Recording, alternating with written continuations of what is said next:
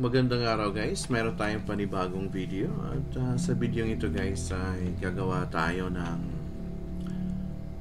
alternative kay 5B5 kasi nga nagkakaubusan na yung 5B5, mahirap na hanapin. So kung meron tayong hoplite na ganito, kaso hindi nga ito recommended, gawa nga ng mahal yung hoplite compared doon sa mga 5B5 na pwede pa nating makuha kung meron. Pero kung sakaling talagang wala ng 5B5 at meron tayong hoplite, gawin natin siyang alternative para doon sa ating pinaka access device ng ating mga VLAN. Gawin natin siyang parang switch siya, managed switch na pwedeng maglalagay ng VLAN para sa ating 1Pi or sa ating Kitty Pi. So sa video ito guys, meron tayong dalawang hoplite. Itong isa ay magsiserve as yung server natin. Dito natin ilalagay halimbawa yung ating 1Pi or yung ating Kitty Pi na Microtech. Ito yung gagamitin natin. Tapos ito yung isa na to ay magsiserve as 5B5. So, gawin natin guys yung configuration through bridge VLAN guys, para doon sa ating para ma-achieve natin yung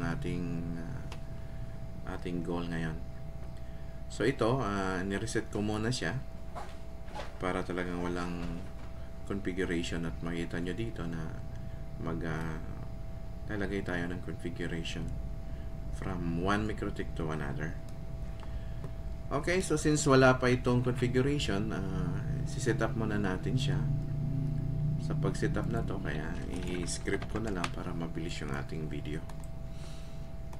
Okay. Paste na lang natin yung yung script para siya na yung bahala mag-config yan sa ating Microtech. Okay, so ayan na. Tayin lang natin siya guys na matapos. Ang kagandahan dito guys, kasi yung ating hoplite meron siyang built-in wireless. In this case, pwede na natin siyang i-on yung ating wireless na access point dito sa yung built-in access point niya ni hoplite. Kasi kung naka-single vendor tayo at ang ating gamit ay hoplite, medyo hirap siya guys kapag i-on natin yung kanyang wireless. So dito, since ginawa na lang natin siyang parang switch, dito natin isasalpak yung ating mga vendor. Katulad nito, meron akong naka-prepare dito na bagong flash na 1Pi na LAN base. Mamaya isasalpak natin para makita natin na yung device na to ay makakakuha ng IP address sa gagawin nating VLAN dito naman sa isang Microtech na to. Halimbawa itong Microtech na to ay yung sa inyong part ay mga malalaking Microtech, like higher specification than this Microtech, like say for example Hex or yung mga 4011, 5009 or yung mga CCR na ng mga series. So tapos na niyang kinonfig yung ating Microtech as a single vendor. Meron na rin tong internet. Tingnan natin. Login na muna tayo. Oh, nangyari dito. Pinalitan na pala ng script yung ating password. So pipingin natin yung Google. Meron na. So ngayon maglalagay tayo rito ng VLAN dito sa bridge na to. So para gumawa ng VLAN ay naka-script na rin tayo guys. Halimbawa gagawa tayo ng VLAN 10, VLAN 10 to palagay natin 12, 13, 12. Sige, copy ko lang itong script ko na to. Lagay natin dito. Hingi lagi ng password to Twist lang natin ganyan. Pagkatapos yan ay magkakaroon na ito ng VLAN 10 dito. Okay, patay natin. Nangyari, tapos na ba?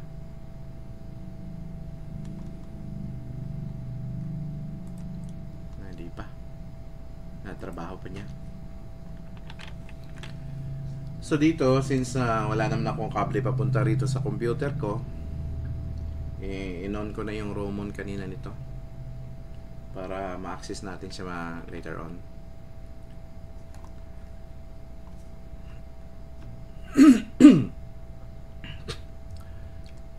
Ito guys ay walang putol kasi na video kaya nauubo minsan.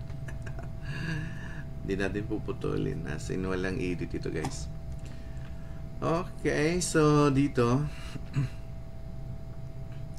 sana ba yun? Ba't wala pa? Tapos na ba?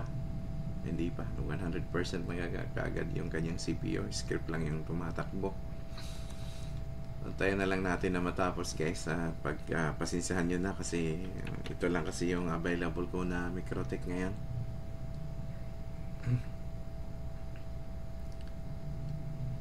Antayin lang natin siya matapos. Sana ba siya banda? Ito na sa may firewall na filter. Natatapos din yan.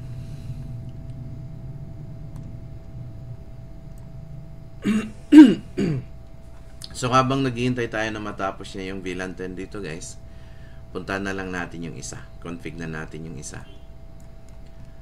So connect tayo to Roamon. Connect to Roamon tayo dito.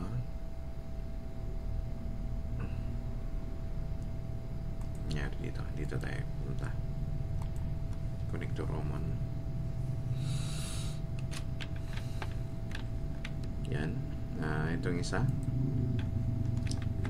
Pilitan natin yung password, admin, tapos mali.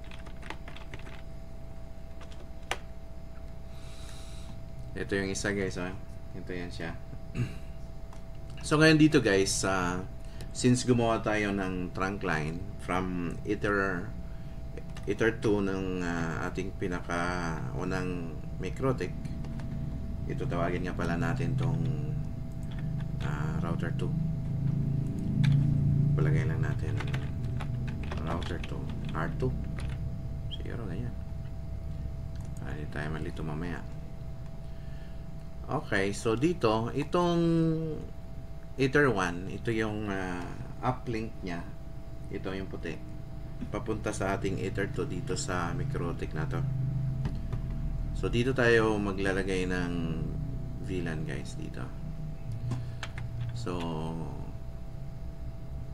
pwede tayo rito sa may plus dito. Tapos VLAN. Sana ba yun? VLAN. Ayan. Pwede rin dito. So dito lang muna tayo. Click natin yung plus button na yan. Since VLAN 10 yung gagawin natin. VLAN 10. ID dito VLAN 10. Tapos yung itatag natin sa ating uplink na Ether 1. Diyan natin ilagay. Yan. Okay, so meron na. Pagkatapos niyan, kasi nga sabi natin kanina ay bridge VLAN yung gagawin natin. Kasi itong mga port na to, yung Ether 2, Ether 3, Ether 4 at saka itong wireless ni Hoplite ay i-untag din natin sa ating VLAN 10. So, ayan. Gawa tayo ng bridge dito. Tawagin lang natin tong bridge VLAN 10. VL10. Ayan, click natin. Okay. Tapos, maglalagay tayo ng port. Unahin natin ilagay yung ating VLAN 10. Yan, VLAN 10. Yan. Katapos, isama natin yung itong WLAN. Tapos, yung Ether 2, Ether 3, Ether 4. So ngayon guys, itong WLAN 1, 2, 3, 4 na mga interfaces ni router 2, itong MikroTik na ating isa na to, ay nakaantag na ngayon dito sa VLAN 10. Nakaantag siya, tapos yung VLAN 10 naman ay nakatag dito sa ating Ether 1. So ito yung magiging trunk port natin, si Ether 1, at sa kabila naman yung trunk port natin doon ay yung Ether 2. So ito guys, ready na ito. Mag-aantay na lang to kung meron ng VLAN 10 na doon sa kabila. Tingnan nga natin, silipin nga ulit natin kung tapos na ba yung config. Ayan na, tapos na siya guys. Sabi dito ay VLAN installation initiated done. VLAN installation initiated done. Done na raw. So ngayon meron na to, makita nyo rito guys. So ngayon, para makita natin dito sa kanyang DHCP server leases, wala pa. Dito punta tayo rito naman sa may IP, tapos sa bakit pupunta tayo rito sa may IP nito, neighbors.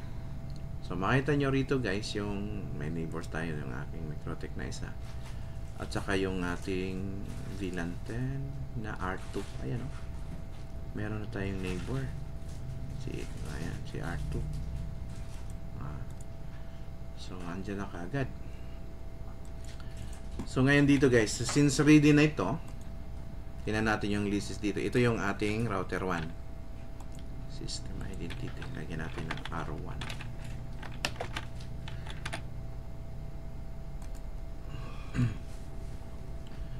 Yan, meron tayo ritong ito, bagong flash ito na 1Pi. Salpak natin dito. Nasa Ether 4 tayo ng MikroTik na router 2. Salpak natin dito kung magkakaroon ba ng leases na nasa VLAN 10 na network. Tayo lang natin siya guys.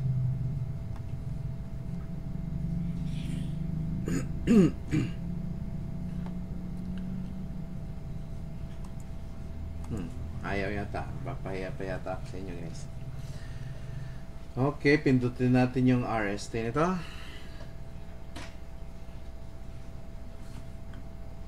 Sana yung RST nito. Yan.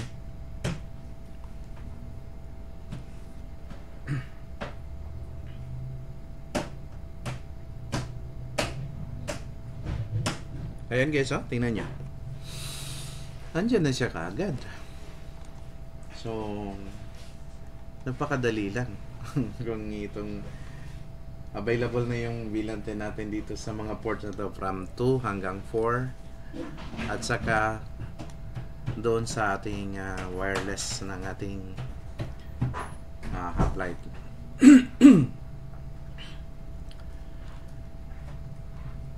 Yun lang, wala naman tayong sigurong iba na. Ito. So kung makikita nyo rito yung CPU nya, kahit na mag-access tayo dito at maglalagay tayo ng, hindi siya tataas na katulad ng siya talaga yung ating gagawing router. Ang kanyang function ngayon as para siyang manage switch na siya. Yun. So yun lang, at I hope na makatulong sa inyo itong ating video na to. At yun lang guys, at maraming salamat sa inyong panonood.